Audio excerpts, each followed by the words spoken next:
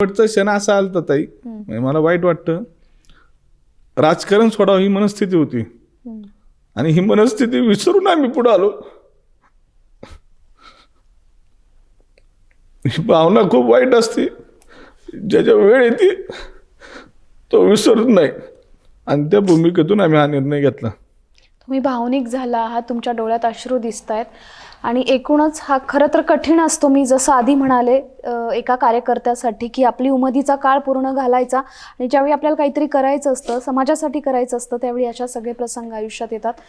मात्र एकूणच हे सगळं बघता आता तुम्ही सामोरे जाताय आणि तुम्ही जे उपक्रम राबवले आहात आणि तुमची जी काय व्हिजन आहे त्या दृष्टीने तुम्हाला समाजाचा किती आशीर्वाद मिळू शकतो, किती विश्वास वाटतो तुम्हाला आता?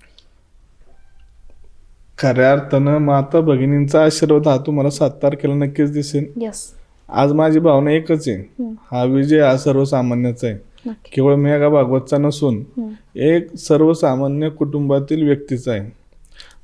मग ह्या भूमिकेला न्याय द्यायची जबाबदारी तालुक्यातल्या जनतेची.